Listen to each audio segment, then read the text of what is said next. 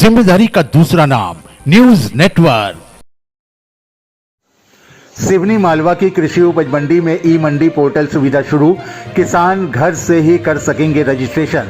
सिवनी मालवा के बनापुरा स्थित कृषि उपज मंडी में अब किसानों के लिए घर बैठे उपज बेचने के लिए रजिस्ट्रेशन सुविधा उपलब्ध कराई गई है। स्लॉट बुकिंग की सुविधा ई मंडी ऐप के माध्यम से मिल सकेगी। किसानों को अब मंडी जाकर पर्ची बनवाने की जरूरत नहीं, अपनी उपज बेचने के लिए घर से ही ऑनलाइन पर्ची बनवा सकते हैं। इस तरह किसानों को मंडी में आकर नंबर लगाने की जरूरत नहीं पड़ेगी। मंडी में ऑनलाइन रजिस्ट्रेशन की सुविधा शुरू हो गई है।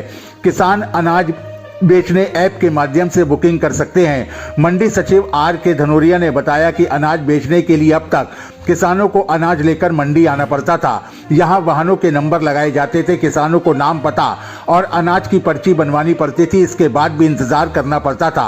अब मंडी समिति ने ऐप की व्यवस्था कर दी है, जिससे किसान घर बैठे अनाज बेचने के लिए नंबर लगा सकता है। अब किसान घर से निकलते समय ऑनलाइन रजिस्ट्रेशन कराकर मंडी पहुंचने पर सीधे मंडी आ सकता है और इससे किसानों का समय और ईंधन दोनों बचेगा। मंडी में हर दिन काफी संख्या में ट्रैक्टर ट्रॉली पहुंचते हैं। ई मंडी का दर्जा मिल चुका है बनापुरा को, तो सर अब किस प्रकार की कार्रवाई आगे, किस प्रकार से कार्य चलेंगे? मध्य प्रदेश की 39 मंडियों में बनापुरा मंडी का भी नाम है।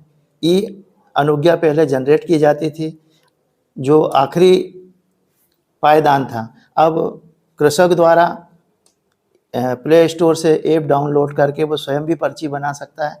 प्रवेश पर्ची गेट पे भी जारी की जाएगी। प्रवेश पर्ची ऑनलाइन दिखाने के बाद प्रांगण में ऑनलाइन अनुबंध जारी किया जाएगा। हम्माल तुलौटी द्वारा तोल पर्ची भी ऑनलाइन जनरेट की जाएगी, जिनका प्रशिक्षण हमारे द्वारा उन लोगों को दे दिया गया है। वहाँ पर व्यापारियों द्वारा भुगतान भी कृषकों को ऑनलाइन पेमेंट किया जाएगा।